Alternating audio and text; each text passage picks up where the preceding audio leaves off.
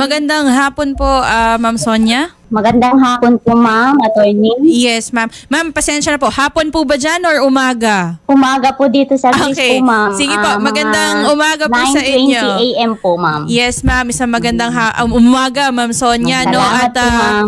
kami po ay nagpapasalamat sa inyo pong oras ngayong hapon. Alam po namin na busy din po kayo sa inyong trabaho dyan sa Greece. Tama po ba? Sa Greece po kayo, ma'am, no? Opo, ma'am.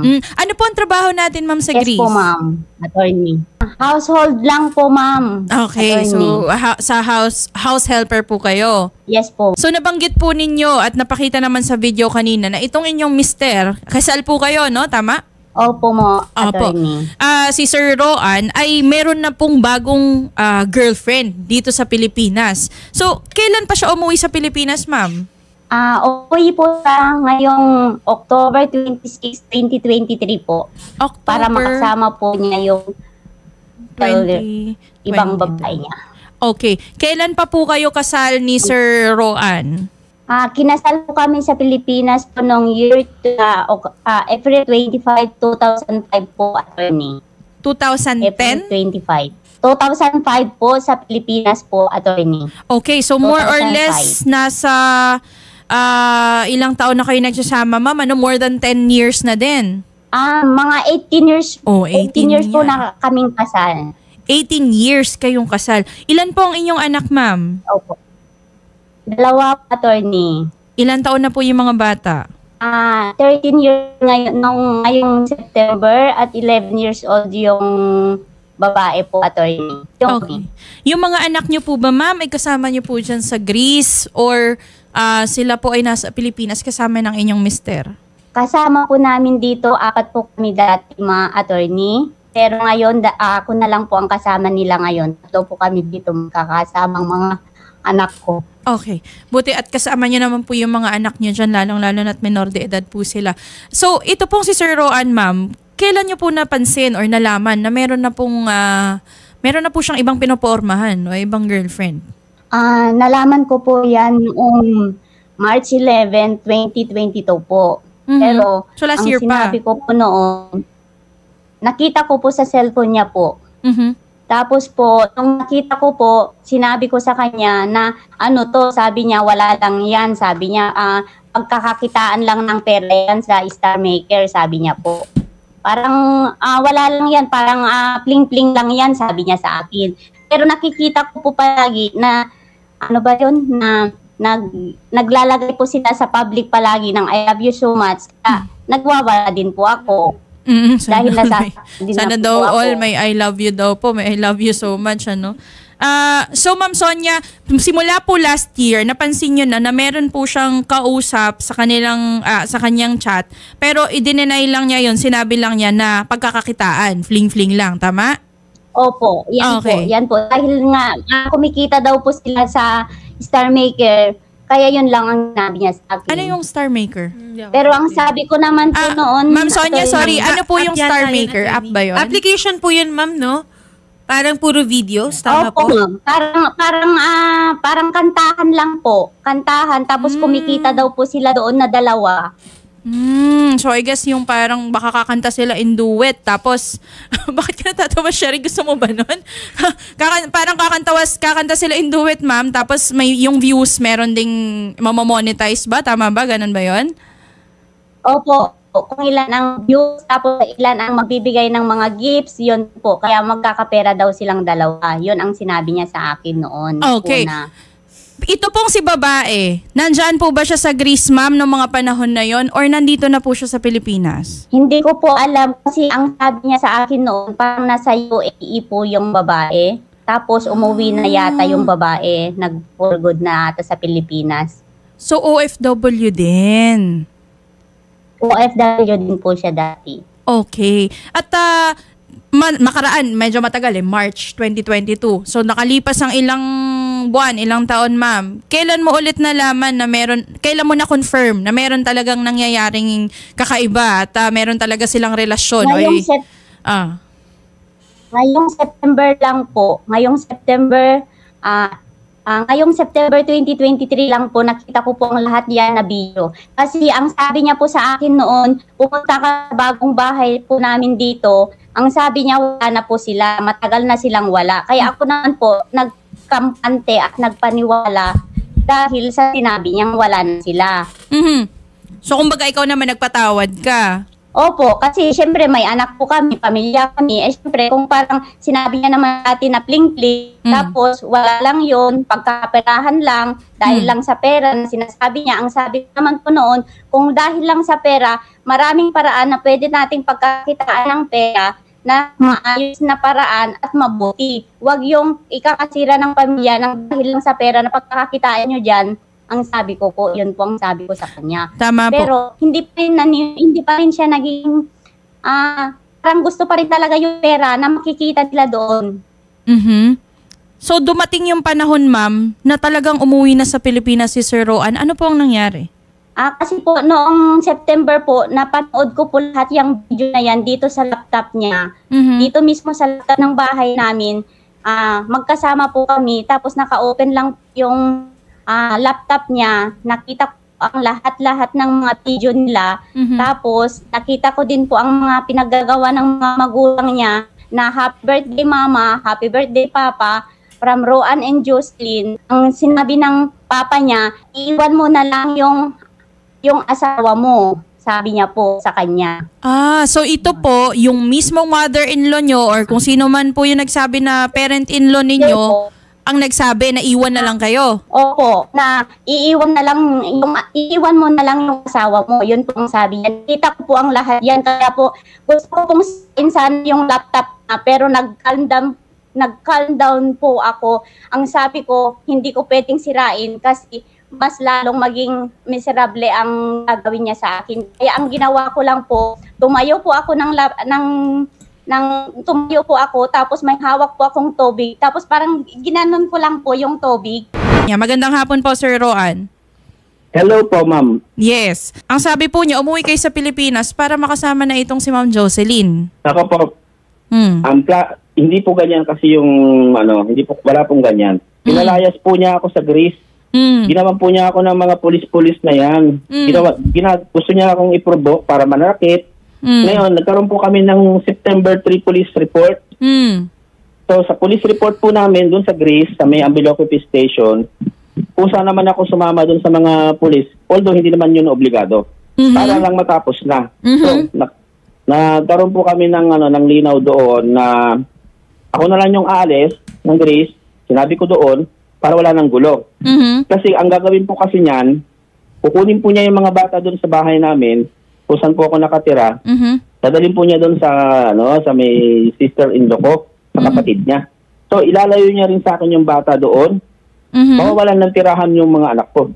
So, inisip ko na lang, na kapag ako ang umalis, bibigay ko yung gusto niya, mananatili sila sa bahay, dahil yun ang gusto kong mangyari, may tirahan yung mga anak ko. Hindi sila magiging kawawa. Okay, linawin ko lamang, Sir Roan. So, kayo ba ni Jocelyn Nacora ay may relasyon? Opo, girlfriend ko po siya, pero wala na nga po kasi kami niyan ni Sonia. Malinaw na po na nag-usap na kaming dalawa na kung gusto niya, na magdi-divorce na kaming dalawa niyan, malinaw na po kasi yan Wala na ang usapan namin, okay na yung usapan namin na yan. Tapos hindi ko pababayaan yung mga bata, ako pa rin magbabayad ng bills ng bahay namin. Kumbaga meron na kaming usapan yan na okay na yan. Pero sinabi nga po niya sa akin, banta niya, papatulpo nga daw po niya ako. Ang sabi ko naman, kung gusto niya akong kasuhan, di kasuhan niya ako sa husgado, haharapin ko siya. Sir Roan, kayo po, simula kailan pa po kayo ni Ma'am Jocelyn Nacora nagkaroon ng relasyon? Nito lang po talaga yun Pero kailan matagal po, na sir? kami hindi okay yan. Hindi ko na kailangan pong sagutin yung bagay na kasi hindi na kami okay ni Sonia, matagal na. Okay. Kaya lang kami nag-uusap niyan, kaya lang kami nagiging okay ng misis kong yan. Gawa nga nung mga bata, gusto ko nga malapit ako sa mga bata. Ako palagi yung kasama nila Ngayon, tinanggalan niya ako ng karapatan. Ginawan niya ako ng problema dyan sa Greece. 2 beses niya akong pinapulis. So sabi ko, it's enough. Ako na lang ang aalis. Bibigyan ko na lang yung nila. Sir Roan. Kailangan nila. Yes, Sir Roan, kayo po ay aware na kayo po ay kasal pa ni Ma'am Sonia, tama? Aware po ako sa mga ganyan po. Aware po ako sa mga ganyan. Aware naman po pala kayo, sir. So bakit nyo po ipinagpapatuloy ang relasyon nyo with Ma'am Jocelyn Nacora? Sinabi ko naman po, ma'am, na kapag aayusin natin ang papel. Sinabi ko na sa kanya. Nag-usap na kaming dalawa. Meron na kaming Sir, kahit kayo po ay may pinagsulatan pa, kahit yan po ay nakanotaryo pa, kahit yan po ay kung saan nyo pa po isinulat sa ilalim po ng ating batas, ang may karapatan pa rin po at ang legal nyong asawa ay si Ma'am Sonia Felix. Hindi po ba? So ma'am, sinasabi niyo po ba sa akin na kailangan ko pong tiisin yung kanyang paninigaw sa akin? Sir, hindi ko po wala po akong sinasabi sa inyo na kailangan yung tiisin o kahit ano. Sinasabi ko lamang po sa inyo kung ano po ang nasa batas natin at na kayo po ay kasal. Alam ko po ang nasa batas natin. Kaya nga sir, yun ang sinasabi natin, Sir Roan. Nandito nga po ako sa procedure. Halos kauuwi ko nga lang po. Ayusin ko nga po yung procedure na yan. Sir, dapat inuna mong ayusin yung procedure bago ka naghanap ng ibang girlfriend, tama ba? Ang procedure po kasi niyan, alam naman po natin na may procedure yan. Tama naman sir, may procedure po yan, may tamang proseso. Kaya nga po sinabi ko naman po, nasaka na nga lang po ako magkakaroon ng asawa kapag naayos ko na yan. Hindi nga po ako mag-aasawa, sinabi ko naman yan sa kanya. Sir, the mere fact na kayo po ay nagkaroon po ng girlfriend, that's already a violation of the law. Kayo po ay may asawang tao, hindi pa po kayo hiwalay, legal na hiwalay ng inyong asawa. At bago pa po kayo nagkaroon ng agreement, kung ano man po yung sinasabi ninyong agreement, Sir Roan, hindi po yan binding sa inyong dalawa. To make a short story, sinabi ko naman po sa kanya, kung gusto nga niya po akong kasuhan, umuwi nga po siya dito sa Pilipinas, kasuhan niya ako, di haharapin ko na lang po para matapos na yung pang-stress niya sa akin. Mas pipiliin ko na lang makulong kaysa ma-stress ako. Pipiliin ko talaga yan. Gusto niya talaga yung gusto niya mangyari. Sige. Alam niyo po, doon po sa Greece, sinabi ko rin po sa police station. Gusto niyo akong ikulong niyo na nga lang po ako para wala na nga yung stress ko dyan. Sir Roan, siguro ganito. Naririnig kayo ni Ma'am Sonia. Saglit lang po sir. Naririnig po kayo ni Ma'am Sonia. Ma'am Sonia, nasa kabilang linya din po si Sir Roan. Chance niyo na to. Diyos ko, pag mag-usap po kayong dalawa, meron po kayong dalawang anak na pinagigitnaan nyo dito, baka maaari po kayo mag-usap. Kung talaga pong wala na kayong chance, kung talagang hindi nyo na mahal ang isa't isa, hindi po kami pagigitna. Kami po, kung ano ang ganais ng mga partido, suportado po namin yan. Kung gusto nyo talaga maghiwalay, Sir Roan, sige po. Pero mag-usap kayong dalawa para po sa inyong mga anak. Hindi po yung ganyan na kayo po nangangaliwa, si Mrs. naman nag-iisa doon sa Greece kasama yung dalawa niyong anak. Pag-usapan niyo yan. Ma'am Sonia, ano pong masasabi niyo kay Sir Roan? Nandiyan na po siya sa linya.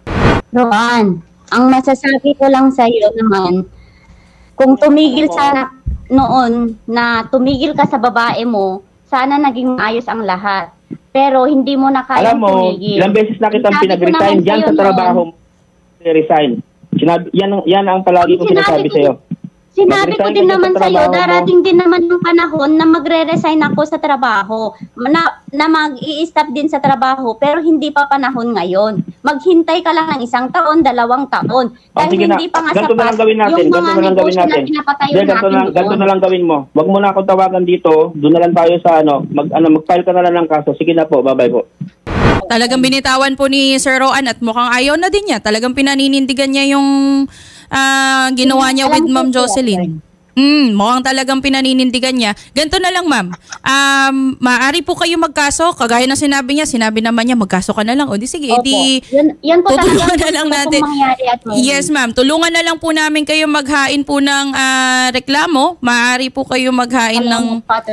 Maaari po kayo maghain po ng reklamo sa Pilipinas. Pwede po yung violation ng ating RA 9262, ma'am. Kasi marital infidelity is considered a violation, a psychological violence against the wife, including the children even, dahil apektado po sila sa inyong sitwasyon. At siya din naman po mismo, inamin po niya na meron po talaga silang relasyon ni Ma'am Jocelyn Nacora. So, i-collate natin, ma'am, I suggest, i-collate po natin yung ating mga screenshots kung meron kayo, ma'am. Sinabi niyo may mga videos po tayo kanina, isama po natin yan.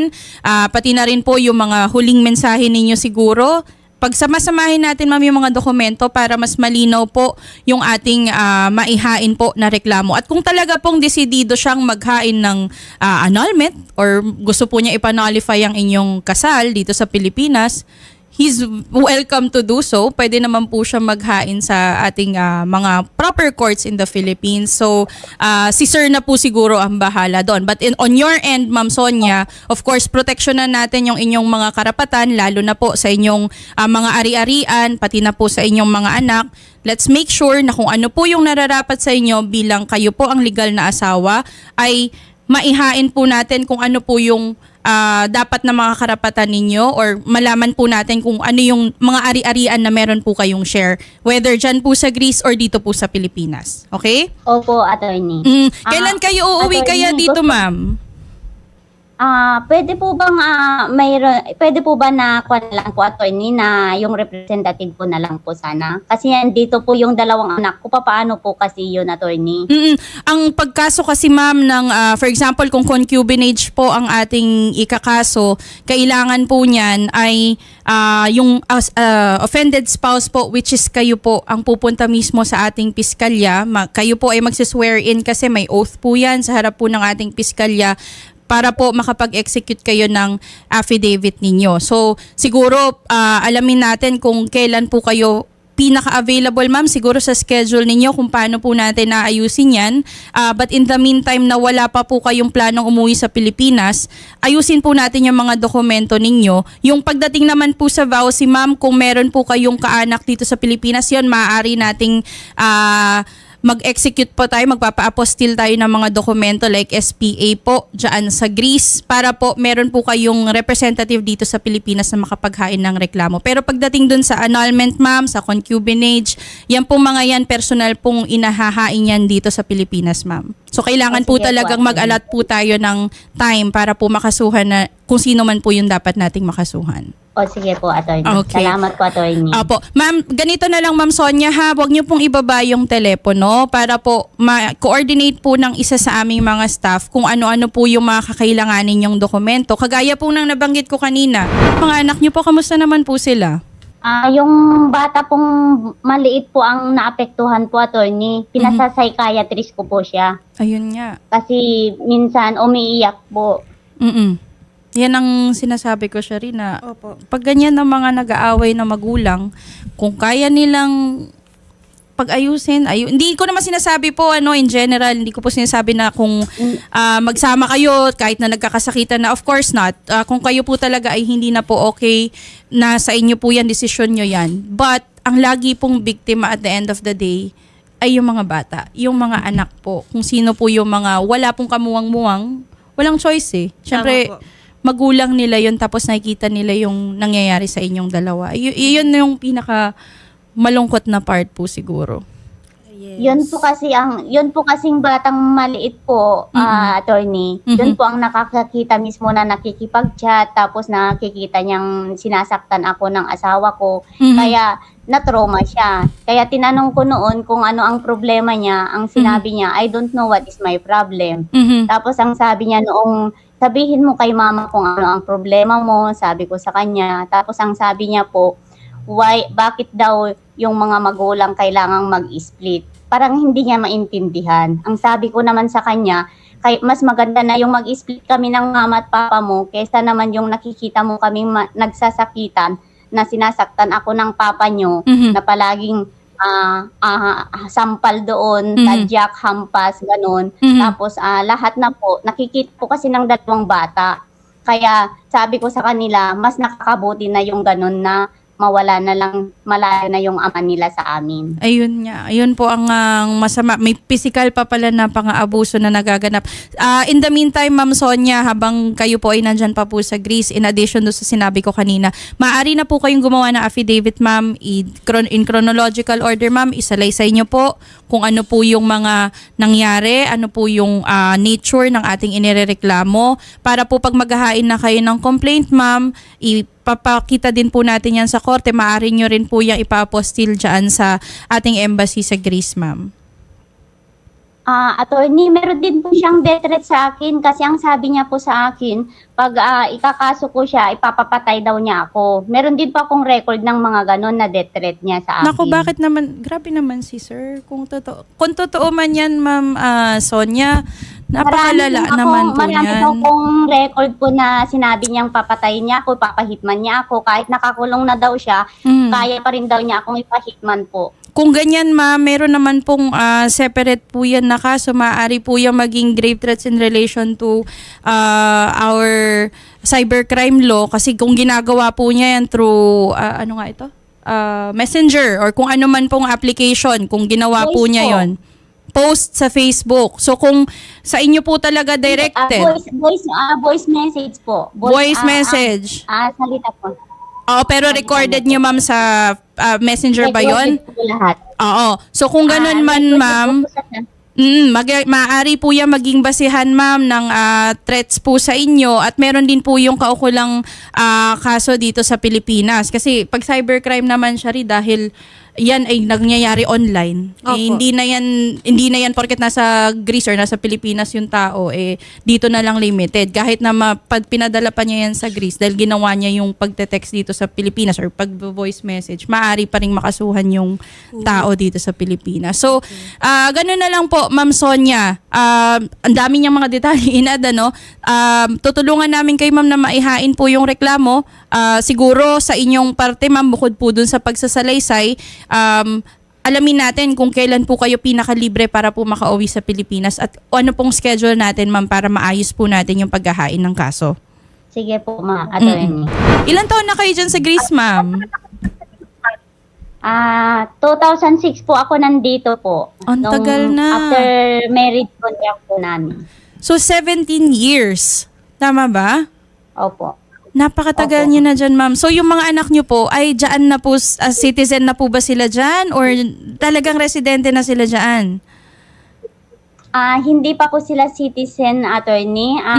Nilalakad ko pa lang po yung pagka-citizen nila. Pero hindi ko alam kung ma-approve dahil mawawalan naman na ng papel yung ama nila. Siyempre, umuwi na ng Pilipinas at siyempre, maikakaso na rin dito. Yes. Kaya siguro, hindi ko po alam kung ma-approve pa yung pagka-citizen nila ng mga bata na in-apply ko po. In-apply ko po na yon nung year 2020 po.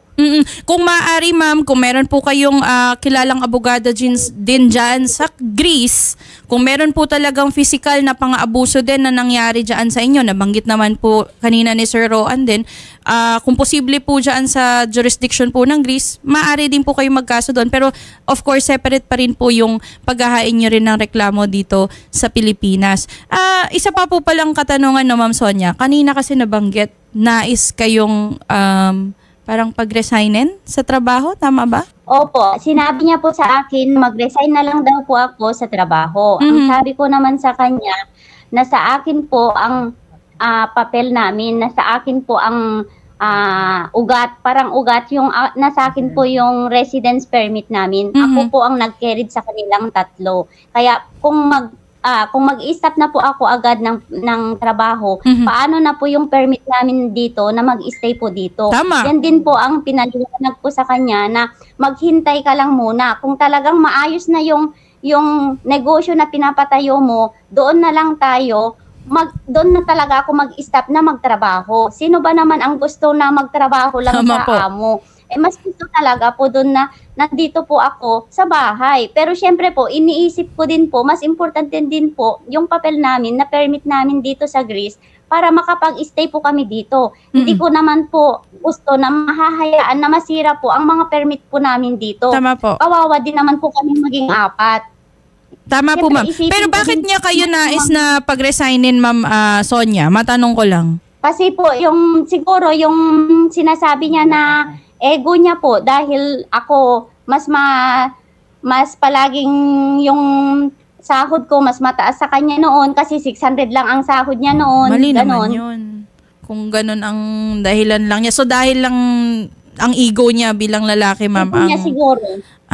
Okay. Kasi So, po, mas malaki naman po kasi yung sahod ko. Kaya ako po ang nag-carried sa kanilang tatlo. sige po. So, ganito na lang, Ma'am Sonia. Kagaya po na nabanggit ko kanina, tutulungan namin kayo maghain ng reklamo dito sa Pilipinas. Makipag-coordinate na lang tayo, ma'am, kung kailan po kayo pinaka-available. Tapos, ayusin na natin yung mga dokumento nyo para makapaghain na po kayo ng appropriate na kaso dito.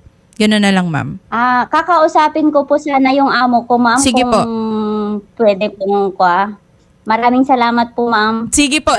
Maraming salamat din po, Ma'am Sonia. At maraming salamat po sa pagtitiwala po sa tanggapan ni Senator Idol. Buong suporta po ang wanted sa radyo sa inyo, ma'am. Maraming salamat po sa inyo. At keep safe po dyan sa Greece. Po. Thank you po. Salamat po. Salamat po.